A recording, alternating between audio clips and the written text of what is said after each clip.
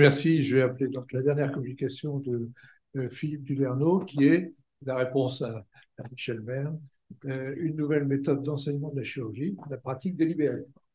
Voilà, parce que juste pour d'abord un petit mot pour Philippe. Philippe, c'est un ami qui a cru en moi dans le fameux dîner que nous avons eu à La Rochelle il y a longtemps.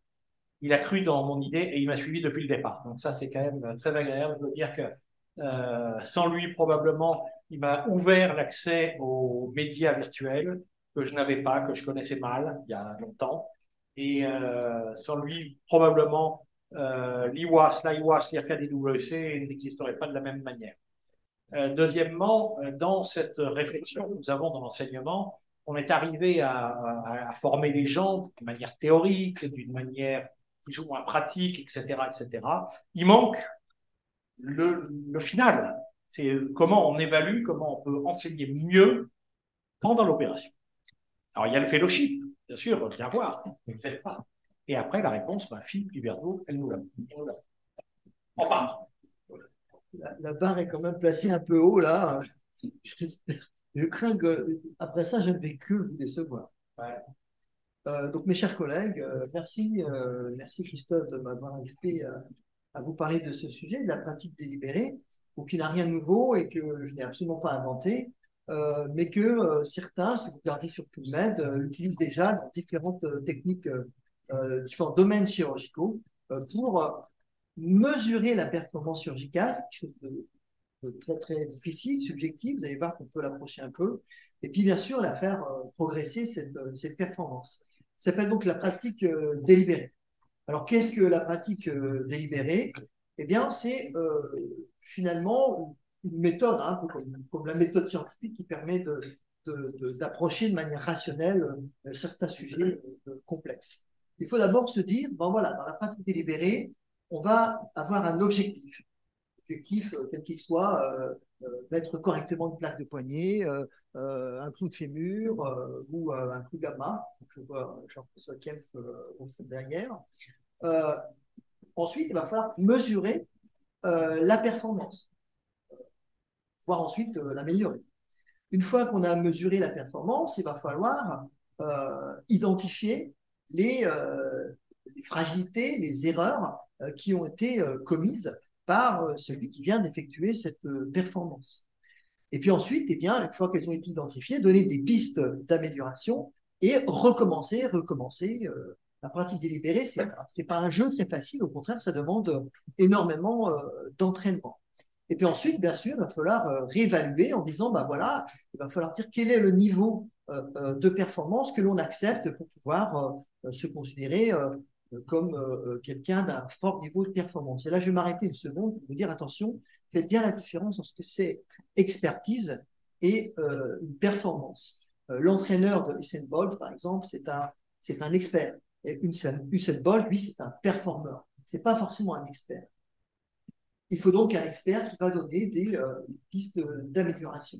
Alors, si vous voulez mieux comprendre dans le détail ce qu'est la pratique délibérée, je vous invite à lire ce livre qui s'appelle PIC, qui a été écrit par celui qui a finalement donné ses lettres de noblesse à la pratique délibérée, qui est Anders Ericsson.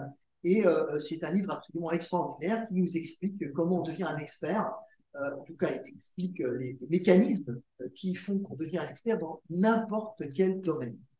Alors, j'aime bien prendre l'exemple de Usain Bolt et plutôt du record olympique, du record du monde au 100 mètres.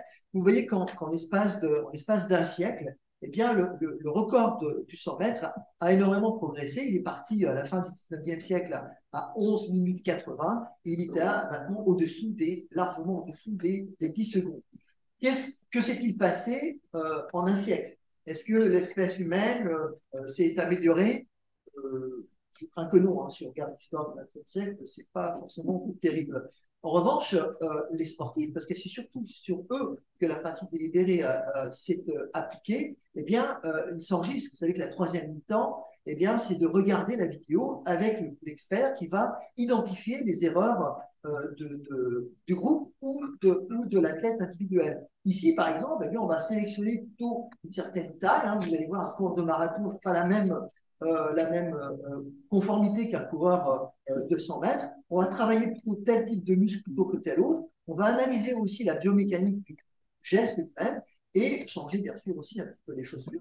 Mais il n'y a pas que ça, il y a aussi donc un énorme entraînement et une analyse extrêmement précise. Aujourd'hui, eh bien, les sportifs, d'une manière générale, s'entraînent dans des salles comme celle-ci. Là, par exemple, c'est la précision du dribble qui va être, et la vitesse du dribble qui va être en même temps analysée pour le foot. Et automatiquement, on va avoir des algorithmes qui vont mesurer à la fois le temps, la vitesse, la précision des longueurs et qui vont donner un score. Parce que c'est ça qui nous intéresse ici. Alors, vous allez me dire, au niveau sportif, c'est facile d'identifier un score, mais ce score va permettre aux sportifs de se comparer à ses collègues et à voir quelles sont ses fragilités. En tout cas, c'est en général pas lui qui en est capable de le faire, mais son entraîneur qui va analyser les erreurs et qui va le faire progresser en disant il faut plutôt que tu travailles tel tour gauche, tour droit, etc.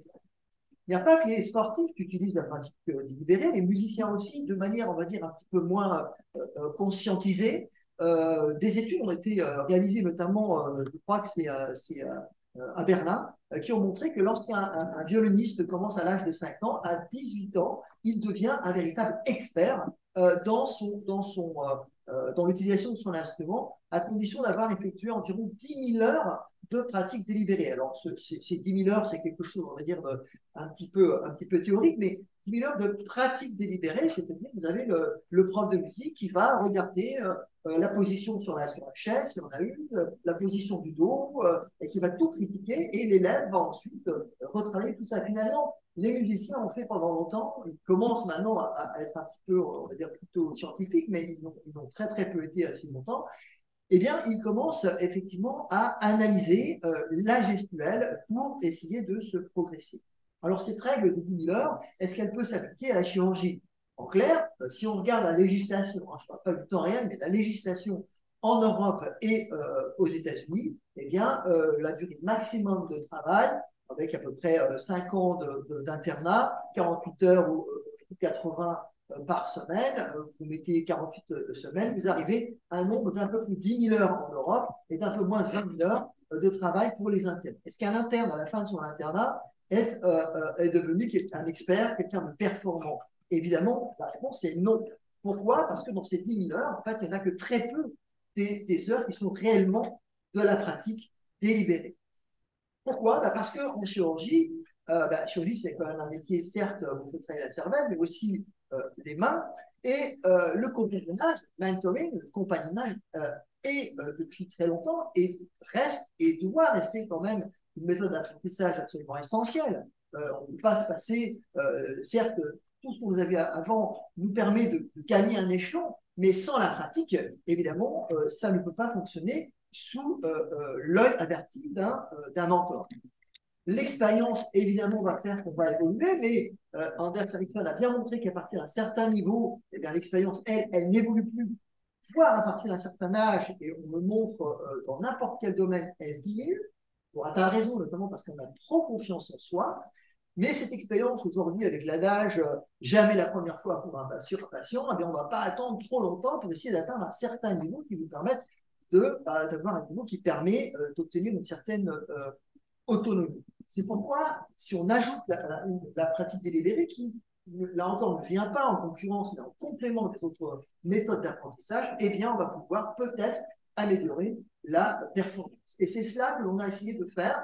Les paniers scènes, encore une fois, si vous regardez dans le mail, vous avez encore beaucoup des papiers, enfin beaucoup, petites centaines, dans différents types de chirurgie. Je vais vous montrer simplement ce que nous, on a fait à Strasbourg, aux hôpitaux universitaires de Strasbourg. Eh bien, un exemple sur le poignet, et d'ailleurs François Ducournau qui a obtenu un prix de l'Académie de chirurgie, et je remercie l'Académie au passage.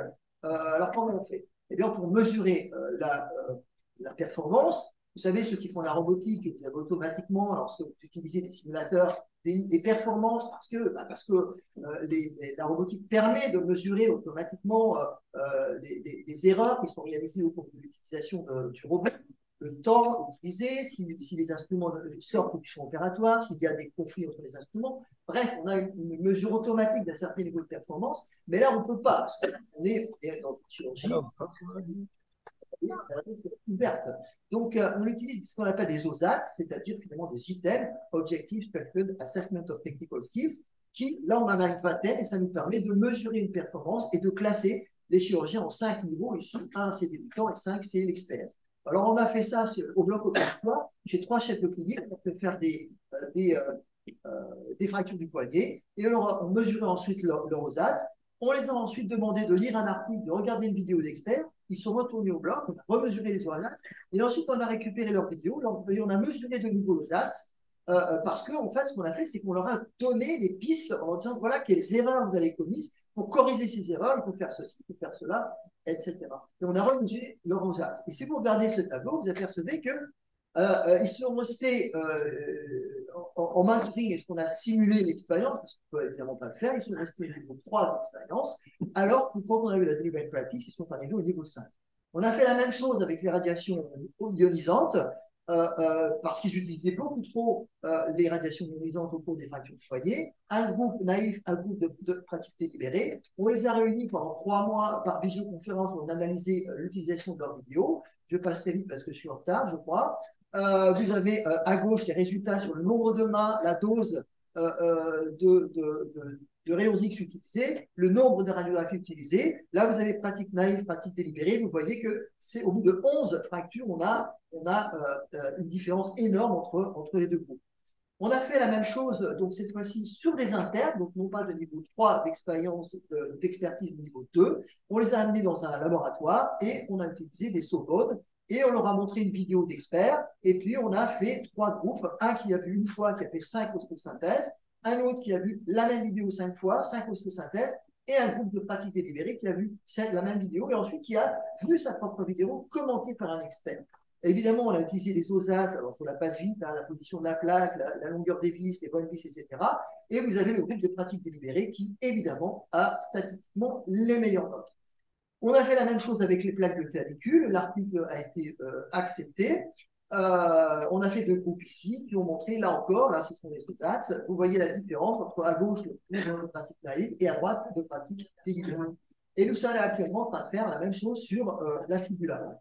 Donc, en conclusion, ce que j'ai envie de dire, c'est que cette méthode d'apprentissage qui arrive en complément bien sûr, du compagnonnage et de l'expérience, eh bien, nous permet objectivement de mesurer la performance et de tenter de l'améliorer par cette technique, ce qui nous permet de faire une meilleure gestion des risques et l'objectif, c'est de diminuer la durée de la courbe de progression de la courbe de croissance, mais en même temps d'améliorer le niveau. Bien sûr, ça reste encore un peu imparfait, mais bon, ce n'est que le début. Je vous remercie de votre attention. Merci beaucoup pour cette belle présentation et cette belle communication qui montre complètement une révolution du compagnonnage et de ce qu'on a nous-mêmes, on va parler un peu du siècle dernier, de nous-mêmes connus et qui ont été bien innovés dans l'aviation au départ. C'était eux qui étaient avec les simulateurs, qui ont été les premiers à le faire. Et je reste persuadé que ça va permettre d'avoir une fiabilité chez nos jeunes opérateurs qui n'auront plus de délai d'apprentissage sur le patient, ce qu'on peut appeler un chat que l'on a connu. Merci beaucoup. Y a-t-il des questions? Tout le monde est d'accord, je pense. Comment arrivez-vous à joindre le déficit de personnel enseignant d'encadrement avec cette technique qui demande beaucoup de temps pour avoir le personnel d'encadrement? Oui, c'est une excellente question. Merci de l'avoir posée. En fait, c'est vrai que dans les 3 dernières expérimentations qu'on a faites sur Sorbonne, l'une sur la radius, la seconde sur la clavicule, la troisième sur la fibula, on a vu que le temps sur un nombre, une dizaine d'internes, et le temps de réalisation d'expérience a commencé à 1 mois pour la première expérimentation, ça a été très rapide. La deuxième expérimentation nous a fallu 3 mois pour réunir les internes et faire l'expérimentation elle-même. Et là, on est à 9 mois pour la fibula et on n'a toujours pas terminé. Parce qu'on a un nombre d'internes Alors, peut-être dans d'autres établissements, mais à Strasbourg, un orthopédie qui est malheureusement insuffisant par rapport au volume du pôle d'orthopédie. Donc, on a un nombre d'internes insuffisant. En ce qui concerne les encadrants, pour le moment, bien, on a mis au point une technique d'apprentissage qui fait qu'on arrive encore à se débrouiller. Mais le problème, c'est effectivement qu'on n'a pas assez d'internes et c'est dommage parce que c'est typiquement à eux que cette affaire s'adresse. Merci beaucoup, Monsieur Liverneau. Question. Tu as un micro? Bonjour Guillaume Bourget, moi je suis chirurgien viscéral, mais il y a toujours cet élément, est-ce que des facteurs non mesurables, c'est-à-dire que là, c'est merveilleux, mais on sait tous que la chirurgie, c'est pas seulement un temps horaire, une radio, il y a des éléments non mesurables. Est-ce que vous avez prévu d'intégrer ça? Parce que le compagnonnage, c'est quand même beaucoup ça aussi, de transmettre ce savoir-faire qui permet de tisser ces liens de confiance avec le patient et tous les effets placebo qu'on répète tout le temps. Et je pense que c'est un point qui est très important, surtout en France, où on s'est beaucoup battu pour ça. Est-ce que vous avez un projet d'évaluer dans la formation ces éléments-là? Oui, oui, tout à fait. D'abord, je tiens à préciser que même si ça a l'air très beau, parce que ça va très vite, donc vous n'avez pas le temps de bien analyser tout, en réalité, c'est quand même très sujet à caution, notamment la définition des OSAT. C'est-à-dire que de quel droit je décide que tel OSAT est justifié. Je suis persuadé que si je présentais ces OSAT à une autre équipe, ils les critiqueraient en disant bon, ben, c'est pas tout ce que vous avez choisi, c'est peut-être pas les meilleurs métriques. Mais bon, c'est comme ça. Parce qu'il faut bien faire un choix. Et comme c'est le début et qu'on n'est pas encore passé au niveau qui a réussi à faire Christophe Matina au niveau mondial d'obtenir des consensus, pour l'instant, ça en est quand même au niveau simplement de la recherche. Alors, parallèlement à ces travaux, on mène à l'IHU de Strasbourg avec une équipe d'intelligence artificielle, IHU qui a créé Maresco, eh bien, nous mettons au point un algorithme qui a pour but d'identifier sur les vidéos chirurgicales, justement, ces différentes, de mesurer automatiquement ces dosages. Parce que tout à l'heure, tu m'as dit qu'effectivement, on n'avait pas le temps, etc. L'objectif, c'est effectivement d'analyser sur les vidéos automatiquement par des algorithmes. Alors, c'est un petit peu, évidemment, ce n'est que le début, ce n'est que de la recherche, mais dans notre service, par exemple, on enregistre dans le service de chirurgie de la main, avec Sifaka qui est là, nous enregistrons toutes les vidéos de toutes nos interventions chirurgicales, qu'elles soient ouvertes, mini-invasives ou arthroscopiques.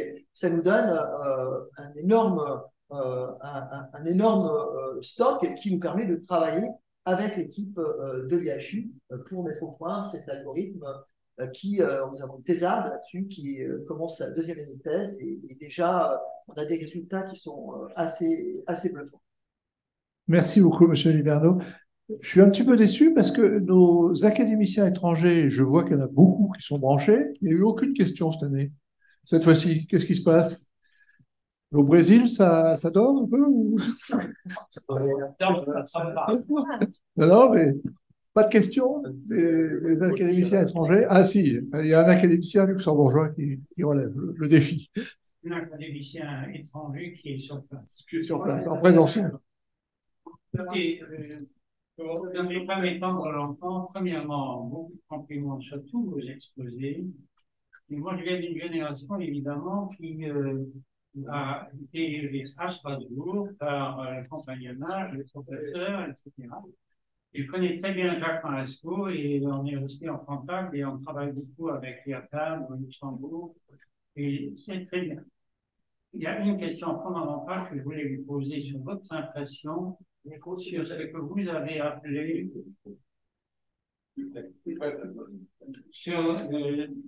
sur un concept que vous avez appelé dans votre présentation, l'environnement virtuel.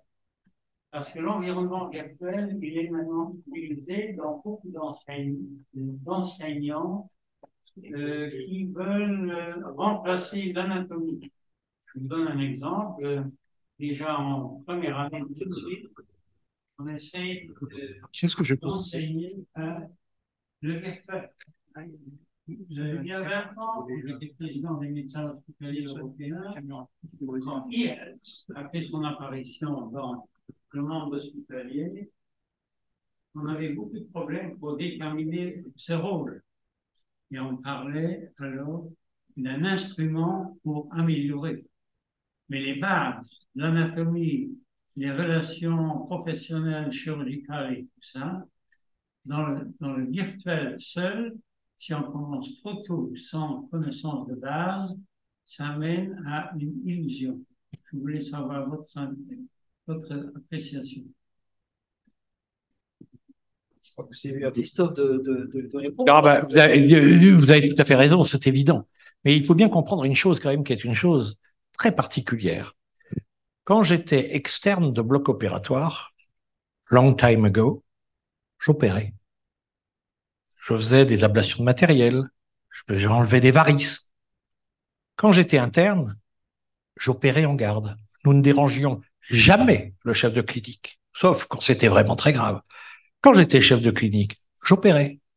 Donc, si vous voulez, nous sommes là en train d'essayer de pallier un défaut d'information obligatoire. C'est évident qu'on ne peut plus laisser maintenant, à l'heure actuelle, opérer l'externe de bloc. Moi, j'opérais tout seul. Hein. Et pour enlever des plaques de fémur, je me rappelle que j'ouvrais le fémur et je mettais les phares à bœuf en support pour pouvoir accéder à... Vous imaginez, le truc de fou maintenant, c'est inimaginable. Mais évidemment, ça nous a permis, à notre époque, d'avoir une patte chirurgicale que nous avons appris et que nos internes actuels ne peuvent plus apprendre. Donc, on est obligé de pallier à ça. Le virtuel, bien évidemment, il ne remplacera jamais le réel. Mais on essaye de donner à nos élèves que nous formons différentes possibilités dans lesquelles le virtuel a une place, mais ne remplace pas tout. Et n'oubliez pas une chose très importante. Le plus important, bien évidemment, la technique, c'est une chose, mais le plus important, c'est de poser la bonne indication. Et c'est là où les forums virtuels mondiaux, où on arrive à obtenir une sorte de consensus mondial avec des idées qui arrivent de partout auxquelles on n'aurait pas pensé, aident dans ce choix de l'indication. Et le fellowship, donc le compagnonnage, est la dernière touche à ça. Madame Arnoux, je crois qu'elle voulait. Non? Dans le micro, s'il vous plaît. Je pense que Christophe Matulin a répondu. Ah bon, parfait. Monsieur Arnoux. Je voudrais ajouter un petit mot à propos de la simulation. Des simulateurs dont on vient de nous montrer, Lorenzo nous en a montré un tout à l'heure. Je pense que c'est un plus, les simulateurs, par rapport aux cadavres. Contrairement, c'est très bien les cadavres, enfin les sujets anatomiques, c'est très bien pour la dissection d'anatomie normale, mais un sujet anatomique n'a pas la pathologie qui nous intéresse justement. Le simulateur, lui, on va pouvoir imprimer en 3D, certes avec un low profil par rapport à un sujet anatomique, mais il aura la pathologie, il aura la pseudarthrose du scaphoïde, il aura le gangliacyste, etc., ou une autre, ou la maladie de Dupuytren que vous n'aurez pas sur un patient s'il ne l'a pas, vous comprenez? Donc je pense que certes, l'anatomie normale, il apparaît intéressant de continuer à utiliser des sujets anatomiques, encore que ça peut se discuter parce que les tables d'anatomie qu'on a actuellement sont absolument extraordinaires. Mais je pense que les simulateurs imprimés en 3D ont quelque chose à nous apporter sur le plan justement de la pathologie. On l'a dit tout à l'heure et Christophe l'a dit, moi je me souviens, j'étais externe, j'ai mis un clou-plaque quand j'étais externe. Déjà que les clous-plaques, c'est pas terrible. Alors, un externe qui met un clou de plaque, je vous raconte pas le résultat. Aujourd'hui, on peut plus faire ça. Il y a aussi un problème, c'est que nos internes n'ont pas la même durée d'apprentissage que nous on a. Ils ont leur repos de sécurité, ils ont des demi-journées d'apprentissage théorique, ils veulent plus prendre des gardes, etc. Donc, c'est important d'avoir des techniques qui permettent de gagner du temps. Une question du Brésil.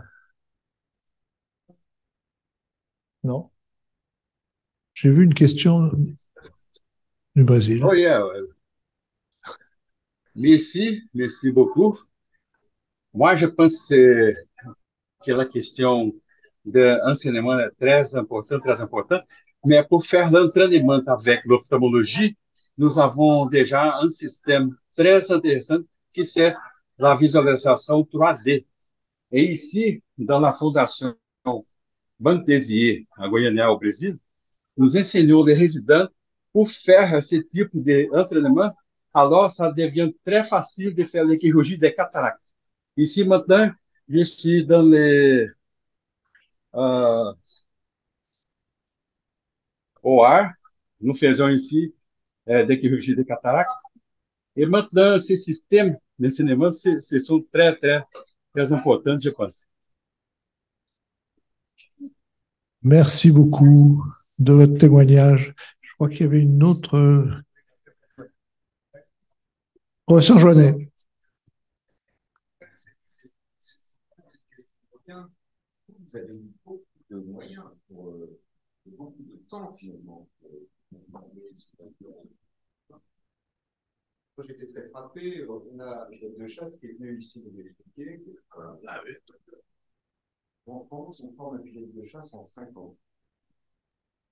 Et nous, on a un compagnonnage au fil de l'eau qui fait que, avec d'excellents résultats, d'ailleurs, une déclaration très bien formée. Même. Et d'autre part, il nous a expliqué que les candidats sont sélectionnés par simulation. Ils sont sélectionnés. Ceux qui ne réussissent pas ne poursuivent pas.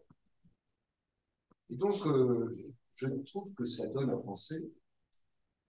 Et parce que quand on parle de moyens, il y a aussi les moyens dont on dispose avec la simulation. Il y a beaucoup de gens qui veulent faire la simulation et qui n'ont pas les moyens de la simulation. Et donc, je crois qu'il faut quand même se poser quelques questions en termes de sélection. Faut-il sélectionner les candidats chirurgiens en France? Faut-il sélectionner? Et puis après, quels moyens faut-il employer pour qu'ils soient formés rapidement? Parce que j'ajoute que jamais la première fois sur le patient. Il y a toujours une première fois sur le patient. La seule différence, c'est quand on fait les 35 heures, les vendredis j'ai piscine, et que, etc., ils finissent par opérer, contrairement à nous, ben là, deuxième, troisième année. Donc, il y a quand même des... Il va falloir se poser des questions. Qu'est-ce que tu en penses? Il y a deux manières de répondre. Il y a la manière de répondre, on va dire, de l'Académie de chirurgie, qui dirait, voilà, effectivement, il faudrait arriver à mesurer les performances, non pas sélectionner, mais comme le permis à point, d'identifier, y compris chez les plus âgés, que certaines interventions, on les fait moins bien que d'autres, il faudrait peut-être aller faire un petit stage, etc. Et puis il y a la vision politique. Et actuellement, je pense que les politiques, ils sont dans une difficulté considérable que nous, on vit au quotidien, qui est de savoir comment on va décider de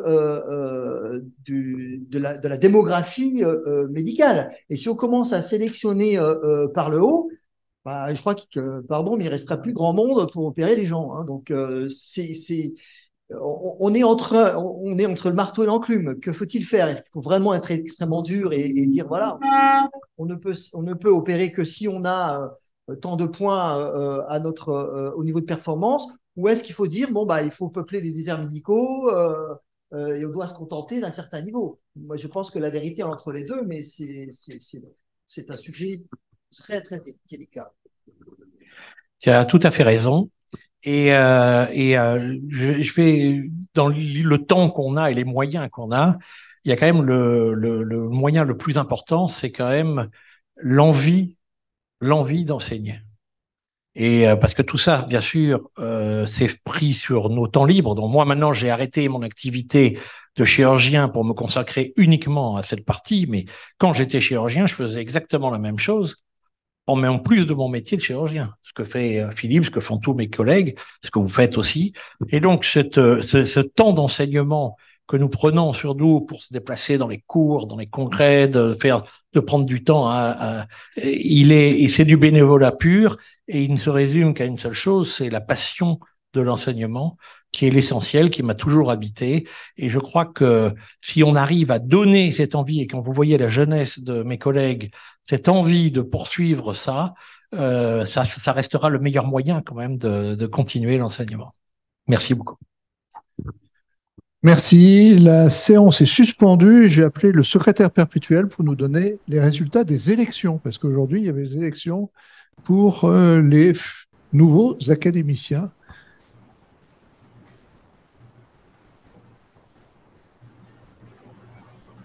En attendant le secrétaire perpétuel, je vous rappellerai simplement que le repos de sécurité est une directive européenne, que je vous parlais de parler d'un temps très ancien où à l'Assemblée on était 12 professeurs agrégés de chirurgie, hein, il y avait quand même beaucoup, et quand le repos de sécurité est arrivé en commission présidée par Max Dubernard, vous imaginez sa réaction et notre réaction commune. Voilà.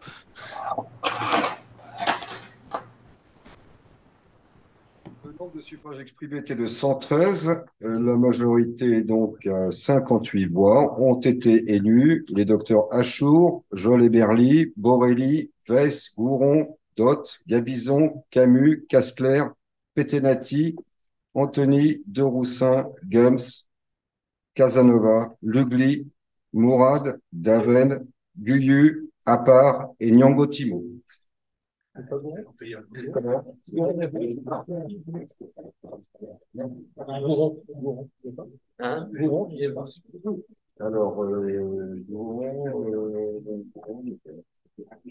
comprends pas, il n'y a pas de nom. Bon, on va voir. Si, Gouron, si, Gouron. Ce que je l'avais présenté, donc je voulais savoir si je pouvais rentrer à Amiens la tête haute. Eh bien, écoutez, on félicite tous ces nouveaux élus, on les attend, ils vont nous apporter certainement beaucoup de bonnes choses. La séance est suspendue et elle sera reprise la semaine prochaine. Voilà. Juste pour les nouveaux élus, ils seront donc accueillis personnellement avec photo avec le président, tout ça, et diplôme, si j'ose dire, le 20 décembre prochain, lors d'une session dédiée. Merci de votre présence et à la semaine prochaine.